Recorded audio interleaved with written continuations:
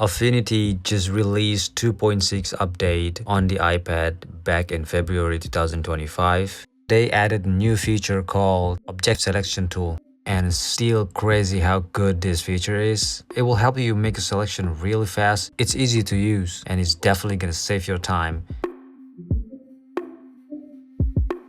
Before you're using the feature, make sure you've gone into settings, select machine learning models, and download both of these segmentation and saliency. Saliency models.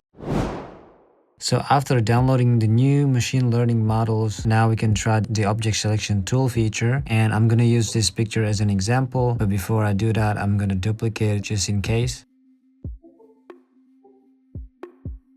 To activate the tool, you can select the object selection tool over here, and then using your Apple Pencil, you can hover over the elements in the picture and you will see the blue dash outline that previewing what will be selected. I'm gonna select this girl with the ball and then tap on it, boom, just like that.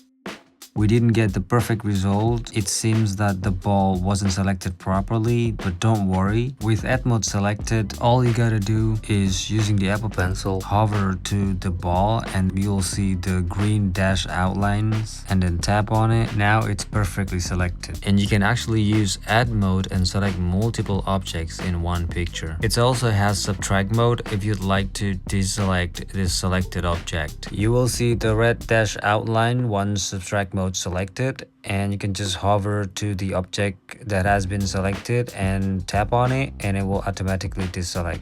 After done with the selection, now it's time to refining the object by clicking the refine button over here. And now we can start brushing the edges of our object to make it smooth.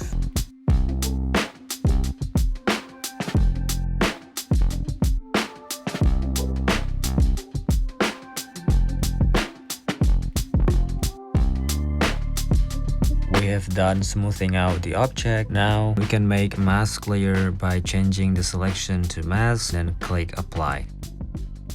And now we have mask layer. We can still make some adjustment by selecting the mask layer and using brush tool with the color white to refill the mask and black to hide the mask.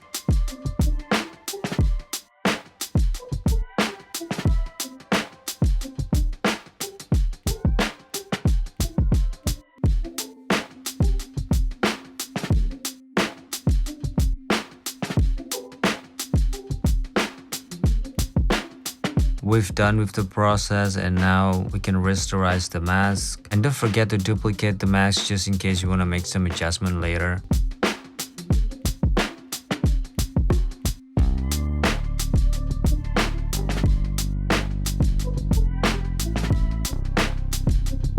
It's a simple tap base or click base if you're using a magic keyboard on your iPad, and it's powered by AI, so you can just hover, click or tap and done. Nice and fast.